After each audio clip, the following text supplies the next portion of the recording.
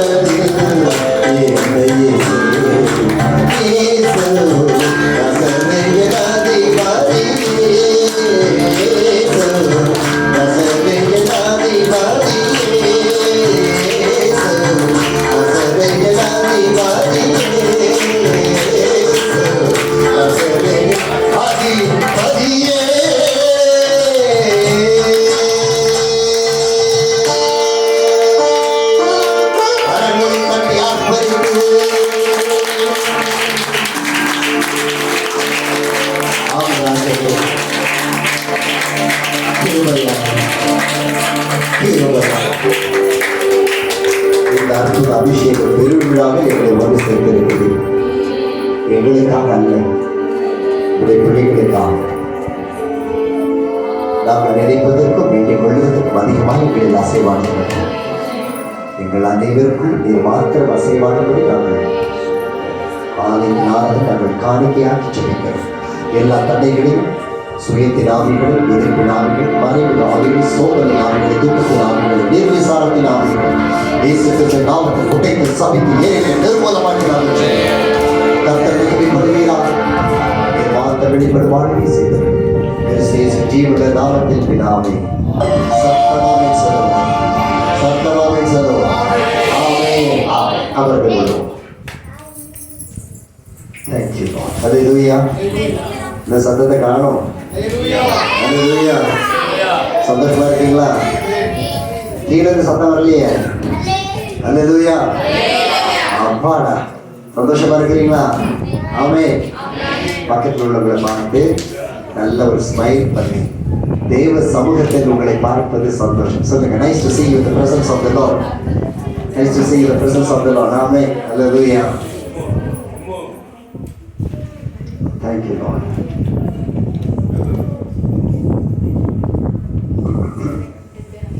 Praise Jesus.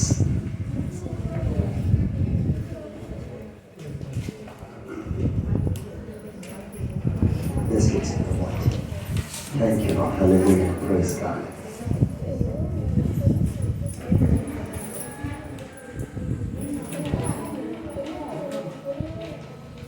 Paper வாங்குறவங்கெல்லாம் actually கடைசி போட்டு போகணும்.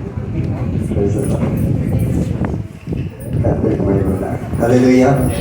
தேவாதி தேவனுக்கு எல்லா துதியும் கனமும் மகிமையும் ஆட்சியும் உண்டாவதாக. அடியனை உண்மையுள்ளவன் என்று எண்ணி எங்களை இந்த இடத்தில் நிறுத்தின தேவனுக்கு எல்லா ஸ்தோத்திரங்களையும் செலுத்துகிறோம். அடியனை இந்த இடத்தில் அழைத்த நம்முடைய அன்பு மேய்ப்பர் அவர்களுக்காக, ஊழியருக்காக, உடன் ஊழியர்களுக்காக, குடும்பத்திற்காக இயேசு நாமத்தில் நன்றி செலுத்துகிறேன். கர்த்தர் உங்களை ஆசீர்வதிப்பாராக. வந்திருக்கிறவர்கள் யாவரையும் கர்த்தர் சம்பூரணமாய் ஆசீர்வதிப்பார். ஆமென் சொல்லுங்க. அமைதியா சொல்லக்கூடாது, இது அபிஷேக ஆராதனை. ஆமென். ஒவ்வொரு ஆமென் எரி ஒரு நொறுங்கணும். ஆமென் சொல்லுங்க. அல்லேலூயா. இது நமக்கு கர்த்தர் கொடுத்த இடம், இது நம்ம ஊரு, நம்ம ஆசீர்வாதமா இருக்கணும், மற்றவங்களை ஆசீர்வதிக்க போகணும். அல்லேலூயா. ஆமா, நம்ம தூக்கத்தில் எழுந்து வந்த மாதிரி அல்லேலூயா சொல்லக்கூடாது, உயிர் தெரிந்த மாதிரி அல்லேலூயா சொல்லணும். கர்த்தருக்கு மகிமை உண்டாகட்டும். சந்தோஷமா இருக்கிறீங்க இல்லையா? கர்த்தருக்கு சோத்திரம் உண்டாகட்டும். என் பேர் சொல்லுங்க பார்க்கலாம். நானும் ஒரு நாள் இங்கே டீங்கிறாங்க, வேற சட்டம் வர மாட்டேன். டீ வெளியில் இருக்குது, என் பேரை சொல்லுங்க. சொல்லுங்க பார்க்கலாம். எல்லாம் நோட்டீஸ் வாங்கியிருக்கீங்க, பேர் சொல்லுங்க. பஸ் யாரையும் வெளியில் விடாதீங்க. கர்த்தருக்கு சொல்லுங்க.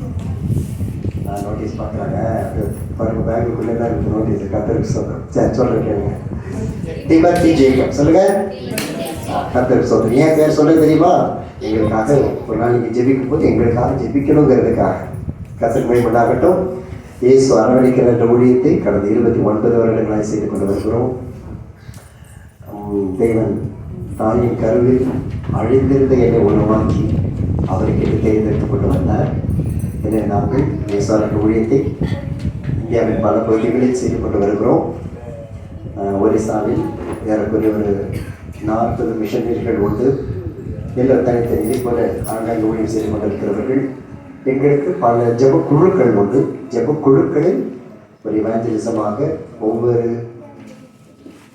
வீடும் தேவனுடைய ஆலயமாய் மாற வேண்டும் என்ற தரிசனத்தோடு ஓடிக்கொண்டிருக்கிறோம். எங்கள் ஊர் பேர் எங்கள் ஊழியத்தின் பேரை எங்கேயும் பார்க்க முடியாது. அறிமுகப்படுத்துகிற விசிட்டிங் கார்டில் இருக்கும். காரில் ஜீசஸ் எம்ப்ரேசஸ் இங்கிலீஷ் ஓட்டிருப்போம், அவ்வளவுதான்.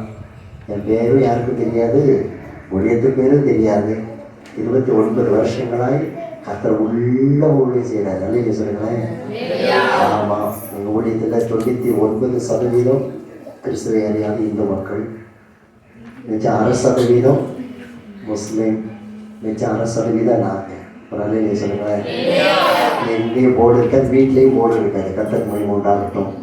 கர்த்தர் அற்புதமாய் ஜீவனுள்ளவராய் அதிசயங்களை நடப்பித்துக் கொண்டிருக்கிறார். மகத்துவமான அற்புதங்களை செய்து கொண்டிருக்கிறார். எங்களுக்கு ஜெபித்துக் கொள்ளுங்கள். கீபோர்டு வாசிக்கிறது என்னுடைய மகள் ப்ளஸ் 2 படித்துக் கொண்டிருக்கிறாள். கற்று மேம்பட்டாகட்டும். அப்பப்போ கற்று லீவு கொடுத்துருவாரு, அதனால ஓடி வந்துடுவோம். நீங்கள் எல்லாரும் இதே போல் பாஸ்டர் கூடயே நின்று சபையை வளர்க்கணும். அவன் குட்டி பிள்ளைங்க எல்லோரும் நல்ல கீபோர்டு கிட்டாரில் வாசித்து பார்த்தி பண்ணுவோம்னு தமிழ்நாட்டுக்கே தெரியணும். அதே இல்லையா? ஆசிரியர் இங்கே ஹோசூரிலிருந்து 2 பிள்ளைகள் வந்திருக்கிறார்கள். சும்மா ஜஸ்ட் சொல்லலாம். இவர்கள்லாம் பயங்கரமான இந்து குடும்பம். ஏன் சொல்லிட்டு அடிச்சுட்டு தான் பேசுவாங்க. அப்படி குடும்பத்தில் கற்று அழைத்திருக்கிறார். இவர்கள் ஜக்க சமுத்திரம் ஹோசூரில் நமது பெரிய டீமை நடத்தி கொண்டிருக்கிறார்கள். God bless you. Thank you. மற்றொரு தம்பி வந்திருக்கிறார். அவர் விக்டர். அவர் கல்லகம் என்கிற இடம், டால்மியா சிமெட்ரி, டால்மியாபுரத்துக்கும் திருச்சிக்கு நடு அரியலூர் மாவட்டத்திலிருந்து வந்திருக்கிறாரு. அவர் கொஞ்சம் ஒரு மாதிரியான ஆள். கத்தருக்கு சோத்திரம். அவர் அந்த தம்பியோட அம்மா இயேசு அறியாத முஸ்லிம், அவர்கள் அப்பா இயேசு அறியாத கத்தோலிக்கர். ஆனால் கர்த்தர் தொட்டு இவர் மூலமாய் அந்த குடும்பத்திற்கும் கிராமத்துக்கும் வெற்றி கொண்டு சென்றார். நீங்கள் அன்னைக்கு நடந்தது அவரோட தம்பி, அந்த மீட்டிங் வந்திருந்தால் அவரோட தம்பி. ஸோ சிறிய குழு. மற்றும் இன்றைக்கு எங்களோட மீட்டிங் எனக்கு ஆரம்பிக்குது. நாங்கள் 4 மாதத்துக்கு ஒரு முறை எல்லா குழு தமிழ்நாடே கூடிடும். எங்கள் வீட்டில் தேவனை ஆராதிக்கிற எங்கள் ஆனுவல் ப்ரோக்ராம்ஸ். சரி, 29ஆம் தேதியிலேருந்து எங்களுக்கு 1ஆம் தேதி வரைக்கும் சரியான ஓட்டம். லாஸ்ட் 29ஆம் தேதியிலோடனே எனக்கு கொஞ்சம் ஜெர்க்கனே உள்ள நடு காடு கத்திரிக்கு சோத்திரம். எனக்கு நடுவில் அவர் போனார். அவ்வளோதான். நாங்கள் 3 பேர் கைப்பிடிச்சி ஜெபித்தோம். எங்களுக்கு கத்தர் தான் டேட்டு கொடுத்தார், நாங்கள் கொடுக்கல. அப்போ நாங்கள் அறிந்து கொண்டோம், இது தேவனுடைய செயல், தேவனுடைய விரல் இங்கே இருக்கிறது என்று அறிந்து கொண்டோம். ஸோ இன்றைக்கி நாங்கள் போனோடனே எங்களுடைய டெடிகேஷன் ஆரம்பித்து இரவும் பகலும் வரிசையாக கூட்டங்கள் இருக்கிறது. எங்களுக்கு ஜெபித்துக் கொள்ளுங்கள். இயேசு அரவணைக்கிறார் ஊழியம். உங்களுக்காக நாங்கள் பல மாதங்களை ஜெபித்துக் கொண்டிருக்கிறேன். முதல்ல ஒரு இரவில் வந்து சென்றோம். அது முதற்கொண்டு அநேக காரியங்களை நாங்கள் பேசுவதில்லை ஊழியர்கள். ஏன் தெரியுமா? என் பாரம் அவ்வளோ பெருசு, அவர் பாரம் அதை விட பெருசு, அவர் பாரம் அதை விட பெருசு. ஆமாம். அப்போ எங்கள் பாரத்தை பகிர்ந்து கொள்வதல்ல, எங்கள் பாரம் எங்களுக்கு பெரியதல்ல. எங்கள் நோக்கமெல்லாம் ஒன்றே ஒன்று. எங்கள் அனைவரும் பரலோகத்தில் கடைசி இடத்துல இருக்கக்கூடாது, முதல் இடத்துல இருக்கணும். அதற்காக எந்த பாடுகளோ வியாதிகளோ வெட்கமோ அவமானமோ எல்லாவற்றையும் நாங்கள் சுமந்து கிறிஸ்துவிடத்தில் உங்களை அழைத்து செல்வதற்காக தியாகத்தோடு வாழ்ந்து கொண்டிருக்கிறோம்.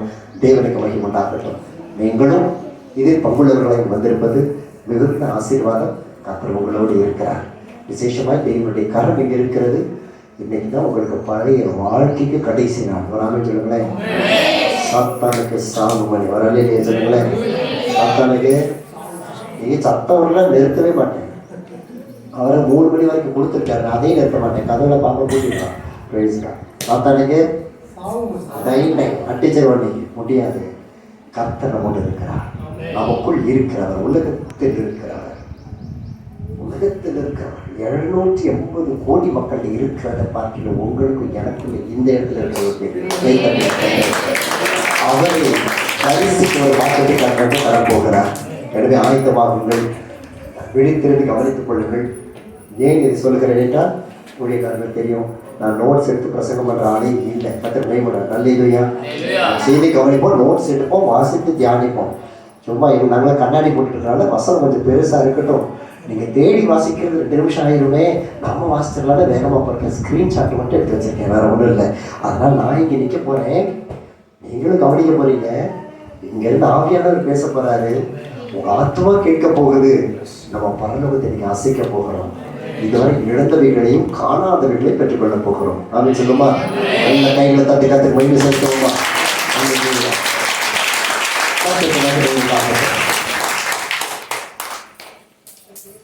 ஆவியின் அபிஷேகம். எத்தனை பேர் அபிஷேகம் பெற்றிருக்கிறீர்கள்? கைவத்தி காண்பீங்க. ஐயா, நான் அபிஷேகம் பெற்றிருக்கிறேன். ஒரு வந்து ஒன்றும் சொல்ல மாட்டேன், தைரியமாக கைவத்துக்கன்னு பேசலாம். மற்றொன்று இப்போ ரீசெண்டாக வந்திருக்கலாம், அல்லது அபிஷேகம் பெற நீங்கள் ஆயத்தமாக இருக்கலாம். இன்னைக்கு இதை முறிக்க போகிறோம். ஆமாம் சொல்லுங்களேன்.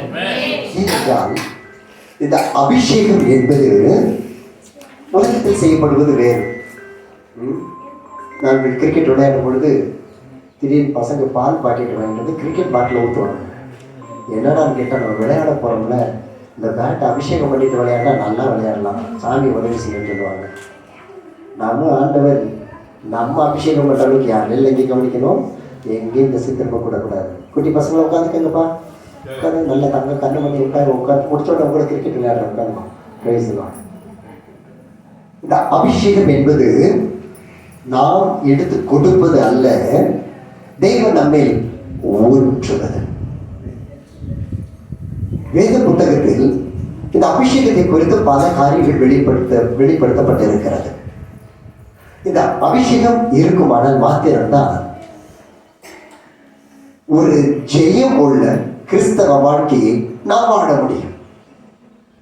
இன்று நம்முடைய வாழ்க்கையை சற்று நீங்க நினைச்சு பார்த்தீர்களானால், கொஞ்சம் அப்படி 2 செகண்ட் உங்க குடும்பத்தை நினைத்து பாருங்க. எனக்கு சமாதானமா இருக்கும், எங்களுக்கு எந்த குறையில்லைன்னு எத்தனை பேர் சொல்ல முடியும்? ஆகாரம் உண்டு, இந்த வருஷம் முடிந்து விட்டது, எனக்கு 29 நாள் ஆயிடுச்சு. ஐயா எங்க வீட்டுல சாப்பாடு இல்லாம ஒரு நாள் இருந்தோம், அரிசியெல்லாம் இல்லாம இருந்தோம், எத்தனை பேர் சொல்ல முடியும்? இல்ல சாப்பாடு இருந்தது, நாங்க உபவாசிக்கிறோன்னு சாப்பிடல. இன்னைக்கு வயிறு சரியில்லை, இன்னைக்கு சாப்பாடு வேண்டாம் சாப்பிடல. இல்லை மதியானம் நிறைய சாப்பிட்டு இன்னைக்கு நைட்டு சாப்பாடு வேண்டாம்னு சொல்றோமோ தவிர கர்த்தர் ஒரு வேளை குறைவு வைக்கவில்லை. அப்படி இருந்தும் நம்முடைய இதயத்தில் ஒரு மன மகிழ்ச்சி இல்லை, சந்தோஷம் இல்லை, பூரணம் இல்லை. வேலைக்கு போகிறோம், நமக்கு தேவைக்கு வேலைக்கு சம்பளம் வருகிறது. ஆனால் வந்த 5ஆம் தேதி 3ஆம் தேதிக்குள்ள எல்லாம் விட்டு போட்டோம், நமக்கு சுத்தமாக ஒன்றும் இல்லை. அல்லது கடைசி நாள் வரைக்கும் எதை இருக்குது ஓட்டுறோம்னு வச்சுக்கிட்டாலும் சந்தோஷமா செய்ய முடியலையா? சரி, தேவாலயத்துக்கு வருகிறோம், வாரம் இங்க வந்தா தேவதாசர்கள் இரவும் பகலும் உபவாசித்து இங்கு அவர்களுடைய பாரங்கள் வேதனைகள் எல்லாம் புறம்பே தள்ளி உங்களுக்காக, அதாவது வருகிற கற்றுக் கொடுக்கிற ஆத்துமாக்களுக்காக ஜீவனை பலியாய் கொடுத்து இந்த இடத்தில் வந்து நின்று வார்த்தைகளை பெற்று கொடுக்கிறார். அப்போ நம்முடைய இருதயம் அது நல்ல செய்தியாக மாத்திரம் பார்த்து கொண்டு போகிறது, அதில் உள்ள ஆசீர்வாதத்தை நாம் சுதந்திரிக்க முடியவில்லை. பாச சொன்னாரு, கர்த்தர் எல்லாவற்றையும் சந்திப்பார் போன வாரம் ஞாயிற்றுக்கிழமை சொன்னாருங்க. ஆனா இந்த வாரம் எனக்கு அதை நான் பெற்றுக்கொள்ள முடியல. இப்படிப்பட்ட சூழ்நிலைகளில் தான் இந்த தேவ பிள்ளைகள் ஓடிக்கொண்டிருக்கிறோம். காரணம், நமக்குள் இலவசமாய் ஊற்றுகிற அந்த அபிஷேகத்தினுடைய மேன்மை நாம் இன்னும் அறிந்து கொள்ளவில்லை, பெற்றுக்கொள்ளவில்லை. ஆனால் இந்த அபிஷேகம் இருந்தால் மட்டும்தான் நாம் ஜெயிப்பதற்குரிய ஒரு பலன் உண்டு. தேவ பிள்ளைகளுக்கு சோதனை என்னைக்கவே முடியாது. ராமே சொல்லுங்களேன், பிடிச்சிருந்தா நல்ல ஒரு ஆமை சொல்லுங்க, தூங்கினா டபுள் ஆமை சொல்லுங்க. தேவ பிள்ளைகளுக்கு சோதனை ரொம்ப ஜாஸ்திங்க. மற்ற சுத்தி பார்த்தோம்னா அவங்க நல்லா தான் இருப்பாங்க. ஆனா நமக்கு ரொம்ப சோதனை, போராட்டம். ஒரு காரியம் நமக்கு போராட்டம் ஓயாது. ஐயா இதை சொல்றதுதான் இவர் உங்களை கூப்பிட்டு வந்தாரா? ஆமாங்க, நமக்கு போராட்டம் ஓயாது. ஆண்டவரிடத்தில் சென்று அந்த ஜீவ இருக்கிறதை பெரும் வரைக்கும் நமக்கு பிரச்சனை தான், பிரச்சனை தான். ஆனா தோத்து போகவே மாட்டோம். சொல்லுங்களேன், யார் இருந்தாலும் ஒன்றும் செய்ய முடியாது, பலவீனம் வந்தாலும் ஒன்றும் செய்ய முடியாது. டாக்டர் சொன்னார், ஐயா உனக்கு 752 நாள் நன்றி, எனக்கு ஒரு டேட் கொடுத்தார். கொடுத்த அன்னைக்கு வாங்கி போட்ட பேப்பர் தான். அதுக்கப்புறம் எத்தனை 40 வருஷம் உயிரோட இருக்கேன். அவர் அல்லையே சொல்லுங்க. தாய் வயிற்றில் பிறக்க மாட்டேன்னு சொல்லிட்டாங்க. கொடுத்த மருந்துல சிசுவ கலைஞ்சு போய் 6 துண்டுகளாய் ஆயிடுச்சு. கர்ப்பத்துல குழந்தை 4 மாசத்துல சிசு அழிந்து போச்சு. டாக்டர்கள் சொன்னார்கள், ஐயோ பாஸ்டர் இந்த குழந்தை எதிர்பார்க்காதீங்க, இந்த குழந்தை பிறக்காது. ஏன் கேட்டப்போ, ஐயோ அல்சருக்கு கொடுத்த மருந்து எல்லாம் சிசு கலைஞ்சிருச்சு, அல்சர் ஆப்ரேஷன் உடனே பண்ணணும். உடனே ஆப்ரேஷன் பண்ணாங்க. எங்க அப்பா சொன்னார், கர்ப்பப்பையை எடுக்கக்கூடாது.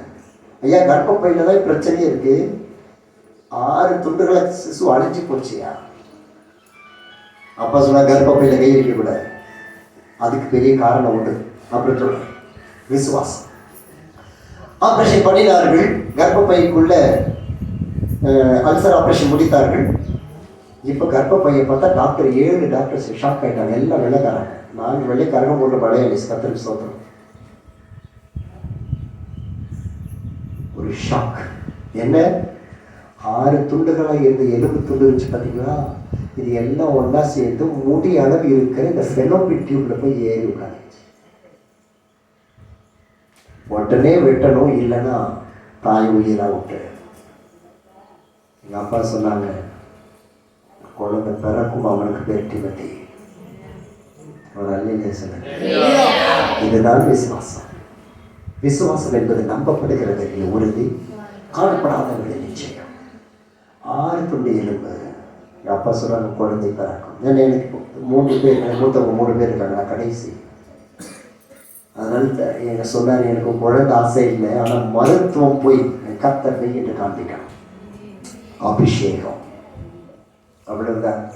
குறிப்பிட்ட நேரத்தில் குழந்தை பிறந்தது, முழுவதாய் வந்தது. இந்த மருத்துவமனை போய் அந்த ரெக்கார்டு அங்கே இருக்கும். கர்த்தருக்கு ஸ்தோத்திரம். ஏன் சொல்ல தெரியுமா? டாக்டர் பிறக்காதுன்னு சொன்னால் எனக்கு 52 வருஷம் ஆச்சு. 30 வருஷம் கர்த்தருக்காய் ஓடி செய்து கொண்டிருக்கிறோம். நம்ம ஜெயிக்க முடியாத ஒன்றுமே இல்லை. நான் இன்னைக்கு இருக்கிற நிலைமை நமக்கு இருக்க வேண்டிய நிலைமை அல்ல. நான் பணத்தை பற்றி பேசவில்லை, ஆசீர்வாதத்தை பற்றி பேசுகிறேன். தேவனுடைய அபிஷேகத்தை போல ஒரு ஆசீர்வாதம் உலகத்தில் நான் பார்க்க முடியாது. அந்த அபிஷேகம் நமக்குள் இருக்குமானால் வானத்தின் ஆசீர்வாதமும் பூமியின் ஆசீர்வாதமும் நன்மையும் கிருபையும் நம்மை பின்தொடர்ந்து வந்து கொண்டே இருக்கும். கை கட்டுங்க கர்த்தருக்கு. அபிஷேகம் என்பது தேவனிடத்தில் நாம் பெற்றுக்கொண்டு தான் ஆக வேண்டும். ஆமே சொல்லுங்களேன். அப்ப நிறைய குழப்பம் இருக்கு. இந்த அபிஷேகம்னா என்ன? இந்த அபிஷேகம் பெற்றவங்களுக்கு இன்னும் குழப்பம் இருக்கு. இந்த அபிஷேகம் பெற்றவர்கள் தான் ஆவின் வரங்களை அடுத்து நாம் பெற்றுக்கொள்ள வேண்டும். 1 கொரிந்தியர் 12ஆம் அதிகாரம் எடுத்து கருத்தில் வைத்துக் கொள்வோம். 4ஆம் வசனத்திலிருந்து நான் வாசிக்கிறேன். 1 கொரிந்தியர் 12:4 முதல். அனைவரும் ஜாக்கிரதையாக கவனித்துக்க வேண்டும். ஓகே, சேர்ந்து வாசிக்கலாமா? 4ஆம் வசனம் 1 கொரிந்தியர் 12 முதல். வரங்களில் வித்தியாசங்கள் உண்டு, ஆவியானவர் ஒருவரே. 5ஆவது வசனம். ஊழியங்களிலேயும் வித்தியாசங்கள் உண்டு, கர்த்தர் ஒருவரே. இல்லை, சத்தமா வாசிங்க. கிரியைகளிலேயும் வித்தியாசங்கள் உண்டு, எல்லாருக்கும் நடத்துகிற தேவன் ஒருவரே. ஆவியினுடைய அனுகிரகம் அவனவனுடைய பிரயோஜனத்திற்கு அளிக்கப்பட்டிருக்கிறது. எப்படி எனில், ஒருவனுக்கு ஆவியினாலே ஞானத்தை போதிக்கும் வசனமும், வேறொருவனுக்கு அந்த ஆவியினாலே அறிவை உணர்த்தும் வசனமும், வேறொருவனுக்கு அந்த ஆவியினாலே விசுவாசமும், வேறொருவனுக்கு அந்த ஆவியினாலே குணமாக்கும் வரங்களும், வேறொருவனுக்கு அற்புதங்களை செய்யும் சக்தியும், வேறொருவனுக்கு தீர்க்க தரிசனம் உரைத்தலும், வேறொருவனுக்கு ஆவிகளை பகுத்தறிதலும், வேறொருவனுக்கு பற்பல பாஷைகளை பேசுதலும், வேறொருவனுக்கு பாஷைகளை வியாக்கியானம் பண்ணுதலும் அளிக்கப்படுகிறது. இவைகளை எல்லாம் அந்த ஒரே ஆவியானவர் நடப்பித்து தமது சித்தத்தின்படி அவர் அவனுக்கு பகிர்ந்து கொடுக்கிறார். சார், நம்ம சேர்ந்து வாசிக்கும் பொழுது இதை கொஞ்சம் தீவிரமாக அறிந்து கொள்ள முடியும். சார், இப்போ இந்த ஆவிக்குரிய வரங்கள் இதை நாம் பார்த்தோம். ஆவின் வரங்கள் எத்தனை? சத்தமா சொல்லுங்க. உடனே மாட்டேன் உங்களை. ஆவின் வரங்கள் எத்தனை? உங்களுக்கு எத்தனை வரம் வேணும்? அல்லேலூயா. கர்த்தர் ஆசீர்வதிப்பார். எத்தனை வரம் வேணும் உங்களுக்கு? நல்லா கை தட்டுங்க, சத்தமா தட்டுங்க. ஏன்னா இந்த அபிஷேகம் உள்ள வந்துருச்சுன்னா நம்ம வரங்களை பெற்றுக்கொள்ள ஆரம்பிப்போம். இது என்னென்ன ஆர்டர் கொடுக்கிறாரு பார்த்தீங்களா? நான் வேகமாக போகணும், டைம் இல்லை. முதலாவது ஆவியினாலே ஞானத்தை போதிக்கிற ஒரு வசனம், தேவனுடைய ஞானம். இரண்டாவது அறிவை உணர்ந்து வசனம். நம்ம பிள்ளைய பற்றி கேட்குறோம்ல, என்ன கேட்குறோம்? உனக்கு அறிவு இருக்கான்னு கேட்குறோம். கேட்குறப்பா இல்லையா? எல்லாம் எழுதிக்கிட்டே நீங்கள் கவனிச்சுக்கோங்க. உங்களுக்கு எழுதிக்க முடிஞ்ச அளவு எழுதிக்கங்க. எழுத முடியலன்னா நமக்கு ரெக்கார்டு இருக்குது. உங்களுக்கு ரெக்கார்டு பாஸ்ட் அனுப்புற நீங்கள் வாங்கி பின்னால் உட்காந்து தியானம் பண்ணி நீங்கள் எழுதிக்கலாம். கர்த்தர் மகிமையுண்டாக. ஓகே, ஆனால் மிஸ் பண்ணிடக்கூடாது. அறிவு தேவனிடத்திலிருந்து வருகிற அறிவு, இதை தரக்கூடியது அபிஷேகம். மூன்றாவதாக விசுவாசம். விசுவாசம் என்பது இன்னைக்கு நிறைய பேர் நம்ம பொருட்களுக்காக விசுவாசம் வைக்கிறோம். இன்னைக்கு ஜெபித்தால் இந்த காரியம் எனக்கு கிடைச்சிடும். எத்தனை பேருக்கு ஜோம் பண்ண உடனே கிடைச்சிருக்கு? கர்த்தர் ஆசீர்வதிப்பார். ஒரு பொருளுக்காக ஜோம் பண்ணிருக்கீங்க, ஏற்றவழி கிடைச்சிருக்கா? கிடைச்சிருக்கு. எல்லா நேரமும் கிடைச்சிருக்கா? இல்லை. ஏன் கிடைக்கல? ஜெபம் கேட்கப்படலையா, அப்போ நம்ம சரியில்லையோ அப்படின்னு தான் நம்ம மைண்டில் அப்படியே உள்ள தோணும். நம்ம சரியில்லை போல, நம்ம பாஸ்டர் மாதிரி பரிசுத்தம் இல்லை, அதனால் நம்ம ஜெபம் கேட்கப்பட மாட்டேங்குதுன்னு மைண்டெல்லாம் சுத்தம். இந்த விசுவாசம் என்பது நம்ம உள்ளத்தில் விதைத்தது கர்த்தர். ஆனால் இந்த அபிஷேகம் இருந்தால்தான் அதை ஊற்றி வளர்க்க முடியும். அது வளர்ந்தால்தான் நம்ப கூடாத, காண முடியாத அற்புதத்தை நான் பார்க்க முடியும். வரலையே சொல்லுங்களேன். தாய் வயிற்றுல எலும்பு இருக்குன்னு சொல்லிட்டாங்க. 4 மாசத்துல எலும்பு எத்தனை கொண்டு இருந்ததுக்கும் தெரியல. இருக்கும், அவ்வளவுதான். அது குழந்தையா மாத்த ஒரு விசுவாசம் வேணும்னா, ஆண்டவர் சொன்ன தாயின் வயிற்றில் உருவாவதற்கு முன்பதாக உங்களை என்னை தேர்ந்தெடுத்தாராங்க. அப்ப அந்த விசுவாசம் நீங்க அபிஷேகம் பெற்றிருந்தால் செயல்படவே ஆரம்பிக்கும். ராமே சொல்லுங்களேன். அப்ப நம்ம நீ பாருங்க, சபை இந்த சைஸ்ல இருக்கிறது எத்தனை பேருக்கு சந்தோஷம்? இந்த சர்ச்சை இருக்கிறது எத்தனை பேருக்கு சந்தோஷம்? சந்தோஷம் தானே? இந்த சைஸ் உங்களுக்கு சந்தோஷமா? இல்லைண்ணே, இப்போதே கதை கொடுத்துருக்காரு. நல்ல இல்லையா, நான் முதல்ல வந்து ஜோட்டு போயிட்டேன். அது சண்டே ஸ்கூலுக்கு அப்போ தான் பிள்ளைங்க ஆடிட்டு இருக்குதெல்லாம் இங்கே விட்டுருவோம். நாங்கள் யாராச்சும் ஒரு மிஸ் விட்டாங்க, நாடி பாடி பையன்னு சொல்லி கொடுத்துட்ருப்பாங்க. நாங்கள் பெரிய தேவாலயம் பார்த்திபனூர்லேயே பரமக்குடியிலேயே ஒரு பெரிய தேவாலயத்தை கற்றுக் கொடுப்பாரு. ராமன் சொல்லுங்க. நான் விசுவாசத்தில் பார்க்குறீங்க, நீங்கள் விசுவாசமாக பார்த்தா ராமன் சொல்லுங்க. விசுவாசம் ஆவின் மரம். அடுத்தது ஆவினாலே குணமாக்கும் மரங்கள். இந்த தலைவலி வந்த உடனே பேசுகிற பேச்சு ஐயோ கர்த்தாவே, தலைவலி தாங்க முடியலன்னா ஷோ எனக்கு தான் ஏன் இப்படி நடக்குதுன்னு. எப்போ 280 கோடி மனுஷனுக்கு தலைவலி வரும். நிறைய வேலையில் நம்ம விசுவாசம் தான் நமக்கு தலைவலி. ஆமாவே இல்லையா? விசுவாசிக்கிற ஆண்டவர் என்ன வசனம் பாருங்க, குணமாக்கும் வரம் அபிஷேகத்தின் பலன். வராமே சொல்லுங்களேன். போகணும். ஆமே. இந்த கொரோனா பீரியட் வந்தது, நாங்கள் ரொம்ப கீழே உட்காருங்க, நல்லா அதிகமாக அசைஞ்சிட்டு ஓடிட்டே இருந்துட்டோம். திரும்பி பார்த்தா எனக்கு கால் மடக்கி கீழே உட்கார முடியல. இது ஏன்னு எனக்கு புரியவே. நம்மளாம் எக்ஸசைஸ் பண்ணுறாங்க, நல்லா ஓடுறாங்க, நிற்கிறாங்க. இல்லையே, நம்ம முழங்கால் போடுறது ட்ரபிள் இல்லை. ஆனால் முழங்கால் போட்டு ஜெப்பி அதிகாலையில் எடுத்து முழங்கால் போட்டு மீண்டும் தேவனோட சமத்தில் இல்லைங்க. அப்போ தான் ஆசீர்வாதம் அல்ல இல்லையா வானத்துக்கு கற்றுக் கொடுப்பாரு. பார்க்க முடியல, மருந்து மாத்திரை அப்ளை பண்ணி ஒன்றும் செய்யலை. முட்டியை பார்த்து ஒரு வார்த்தை, ஏன் முட்டி எனக்கு கீழ்படிக்கணும் அப்படின்னு சொல்லுங்க. கத்தர்களை மட்டங்களை வெட்டி தூக்கிறது மட்டங்கையே சொல்லுங்க. வேறொருவனுக்கு ஆவி நிலை குணமாக்கும் வரங்களும் இதுக்கு அபிஷேகம் வேணுங்க. இப்படி இருக்கும் பொழுது எந்த வியாதியா இருந்தாலும் கர்த்தர் உங்க மூலமா சுகமாக்குவார்.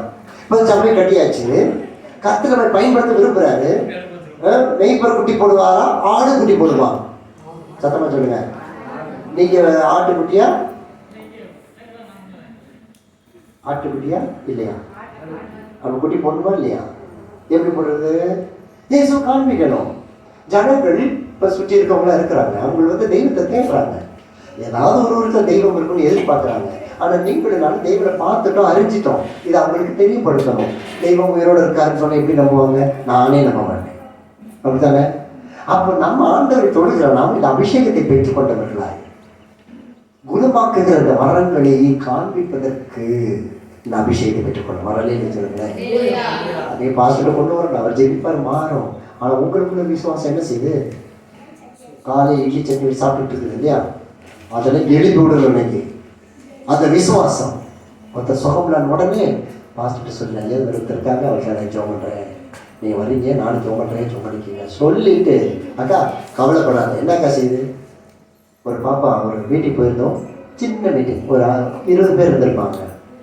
ஜோம் பண்ண பொழுது அங்கே குழந்தை போட்டு ஒரு வாலிப பிள்ளை இருக்கிறார். கத்தை காண்பிக்கிறார். அவர் நேரம் கொண்டு போய் கிட்னியை கொண்டு போய் கத்தை காண்பித்தார். அவர் கிட்னிக்குள்ள 6 mm 4 mm 2 mm 3 பெரிய பெரிய கற்களை பார்க்கிறேன். ஆண்டு சொன்னாரு, ஏற்கனவே கிட்னியில் கல் இருக்கிறதுன்னு ஆப்ரேஷன் பண்ணி இருக்கிறாங்க. 6 mm 6 mm உள்ள கல்லை ஆப்ரேஷன் பண்ணி எடுத்தாச்சு. இப்போ நல்லா இருக்க வேண்டிய பிள்ளை திடீர்னு 3 மாதத்துக்கு அடுத்து 3 கற்கள். நாளைக்கு காலையில் அட்மிஷன் ஆக போகிறாங்க, ஆப்ரேஷன் நடக்க போகுது.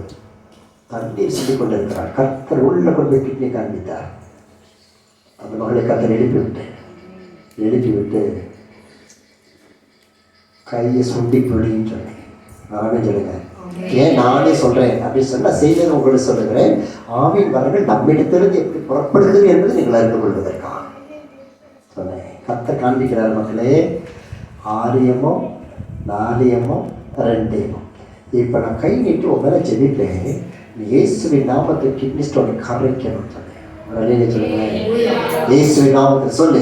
இயேசுவின் நாமத்தில் 6 எம்எம் 4 எம்எம் 6 எம்எம் 2 எம்எம் ஒவ்வொன்றா 6 எம்எம் சொல்ல கரைக்கிறா. இயேசுவின் நாமத்தினாலே சொல்லிட்டு பயிர் பிடிக்கிறான்.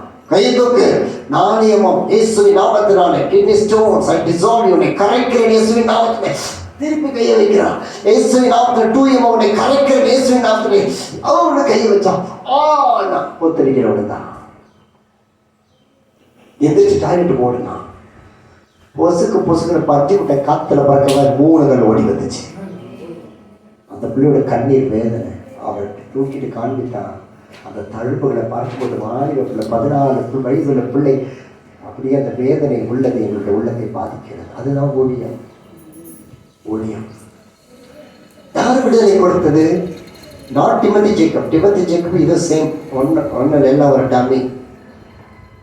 ஆனால் கர்த்தர் தெரிந்தெடுத்தார் பாருங்க. அவரை பிடித்துக் கொண்ட அவ்வளவுதான் வித்தியாசம். எத்தனையோ இன்று சபைகள் உண்டு, ஊழியர்கள் உண்டு. அனைவரும் தெளிப்பதில்லை, அனைவரும் சத்தியத்தை பேச முடியாது. இப்படி சபையை கட்டி எழுப்ப முடியாது.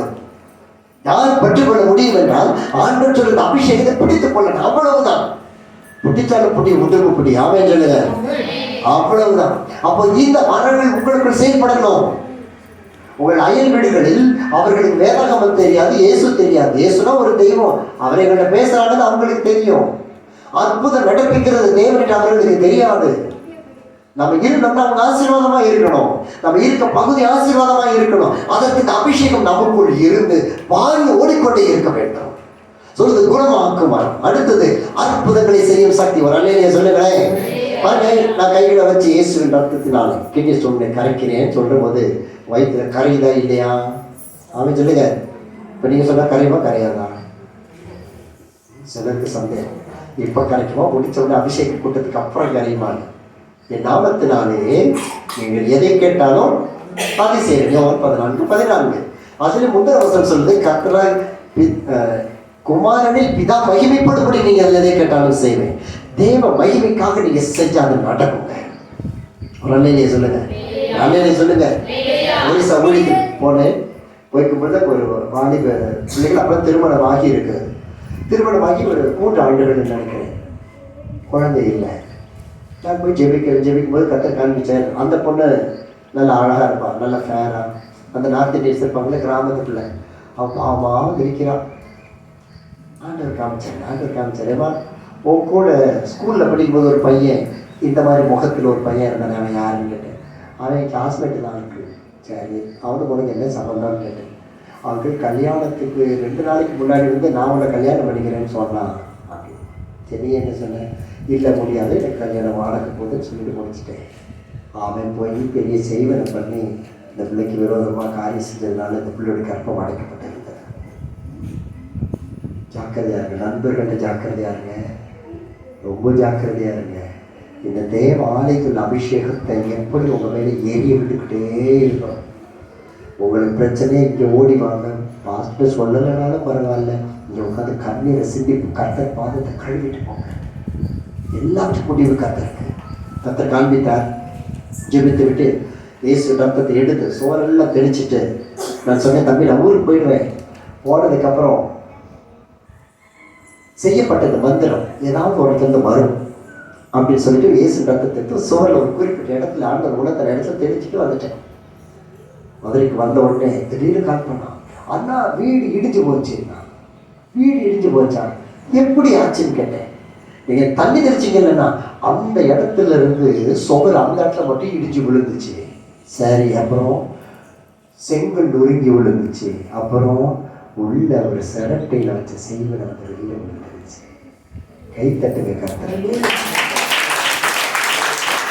சொல்லுது வேறு ஒருவருக்கு அற்புதங்களை செய்யும் சக்தி யாருக்கு? அபிஷேகம் பெற்ற நமக்கு. ஒரு அல்லையில சொல்லுங்களேன். அந்த அல்லையில சொல்லிக்கிட்டே இருக்கணும். சொல்ல சொல்ல அந்த அபிஷேகம் உள்ள வந்துக்கிட்டே இருக்கும். அப்போ இதெல்லாம் உலகத்தில் உண்மைதானா? ஏவல் பொய் செய்வது எல்லாம் உண்மைதானா? உண்மை தண்ணி உங்களுக்கு எனக்கு தான் உலகமே வைக்கிது. அவன் வைக்க கத்துறவங்க மேலே வைத்துக்கிட்டே இருக்காரு. அவர்களையும் சிக்க மாட்டேன். காரணம் உலகத்தில் இருக்கிறவனையும் உங்களுக்கு எனக்கு இருக்கிற தேவன் பெரியவர். இந்த வல்லமை சக்தி அபிஷேகம் அற்புதங்களை செய்கிற சக்தி நமக்குள் கிரியை செய்யணும். அடுத்தது தீர்க்க தரிசனம் உரைத்தல். இந்த தீர்க்க தரிசனம் உரைக்கணும்.